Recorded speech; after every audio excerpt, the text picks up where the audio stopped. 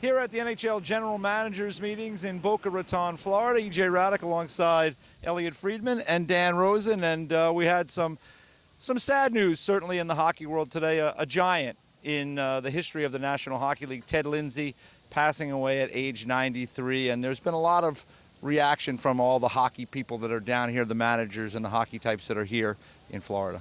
Yeah, and it's as you would expect it, like you said, giant, icon, a titan in the business, what he meant not just for the NHL and for the Red Wings, but for the players in general, and what he did for the players, and what a great man he was. 93, lived a terrific life, and that's really what Kenny Holland spoke about, was the man himself, and how he would walk into Joe Louis Arena when the Red Wings still played there, and picture would be up in the locker room, and they'd have a locker for him because you know, into his 80s, he would still come into the Joe to work out with the team, and he would sit in meetings with Mike Babcock when he was the coach there, and Dave Lewis when he was the coach there, Scotty Bowman, now Jeff Blashill, and just you know, what he meant to the Red Wings organization to be a Red Wing. That's what Kenny Holland spoke about, and that's really what you get the true measure of that man and what a life he lived. You know, I think when you look at a person who tried to do difficult things in the moment, like when you look back, you see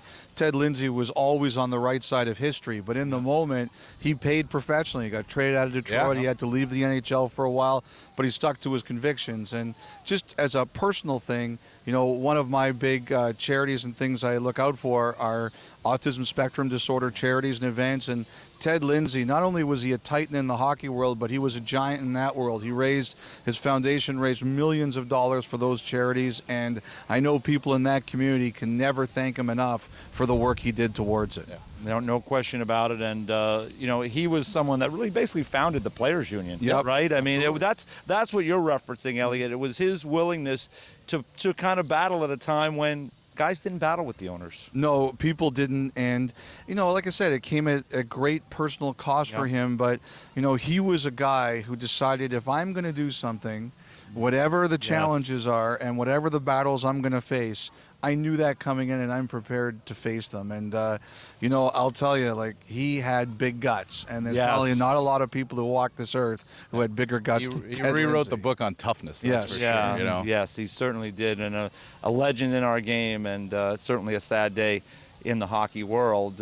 We go on with the general managers meetings here, day number 1, and give us a kind of a bigger picture, Dan, of where we're at. Well, today what they did is they had a big group meeting, and then they broke out into 4 smaller groups of about 7 to 8 GMs, and they discuss a lot of smaller details within the game. There are some things that could come up to the big group meeting tomorrow. Elliotte, you might hit on a few of those, but I think in the overview, what we're looking at here is minutia among the GMs and what they're talking about. And the reason they are is because for 14 or 15 years now, they've been going to this meeting and talking about the state of the game, and now you look where it is. They've wanted offense to be up.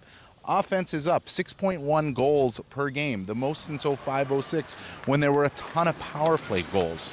So that was 6.2 goals per game. Even strength goals are up big time, the most since the 1977-78 season. Wow. Power play goals are down, so we're seeing a lot of even strength scoring. So offense is up. The game looks good.